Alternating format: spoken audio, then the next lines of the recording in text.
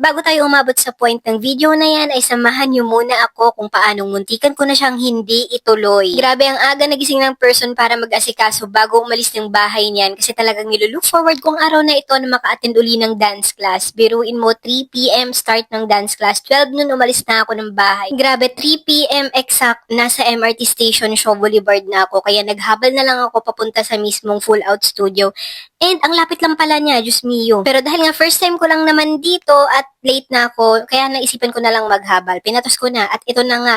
Ito na yung nadatnan ko, nasa pinakalikod na ako nito at ang dami na nilang na-practice na kapag warm up na sila. Kaya naman ang ginawa ng person, syempre, tingin-tingin na lang at gaya-gaya. And ayan nga, sobrang happy kasi ang dami namin at lahat yan mga bagets. Ako lang ata yung tita. Nakaka-happy na nakita ko din in person si coach and ayan nga, siya mismo yung nagturo sa amin. Alam nyo, ilang beses ituturo sa inyo hanggang sa makuha nyo and then finally, kapag medyo okay na at kaya na, ay bibigyan kayo ng time para makapag-retouch and then ayan, isasabak na kayo. So, nag-set up na nga sila ng 2 ilaw dyan para kapag nag-video kayo, ay maganda ang effect sa inyong mga camera. Pero promise, nakaka-mental block kapag ikaw na yung nakasalang. Sobrang thankful ako kay coach kasi inalalayan niya ako at yung mga kasama mo ay talagang mag-cheer sa inyo.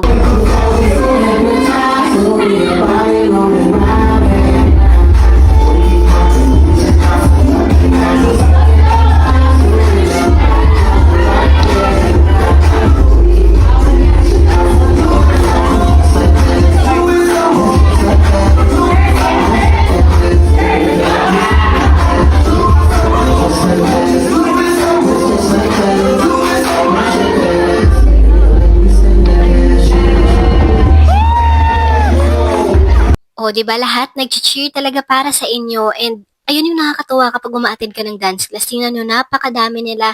Hindi kami magkakakilala pero in fairness, iisa lang ang gusto namin, ang matuto kaming sumayaw at mag-enjoy kami sa araw na yan. Ang nakakatuwa dito, pumunta ako ng mag-isa pero uuwi ako ng may kasama. And ayun, uwian na nga. Umulan pa, kaya nagantay muna kami. Nagpatila kami ng konti ng ulan ng kasama ko bago kami umuwi. And yes, talagang dinayo ko. Napakalayo po ng dinayo ko para sa na to, dance class na to. Pero worth it naman yung experience.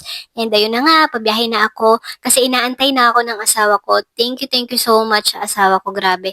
Parang kailan lang, dito rin niya ako inaantay dati nung nagtatrabaho ako. And hanggang ngayon, nandyan pa rin siya nag-aantay. Grabe, napaka-supportive nito. Thank you so much, mahal ko. And ayun lang, salamat sa panonood.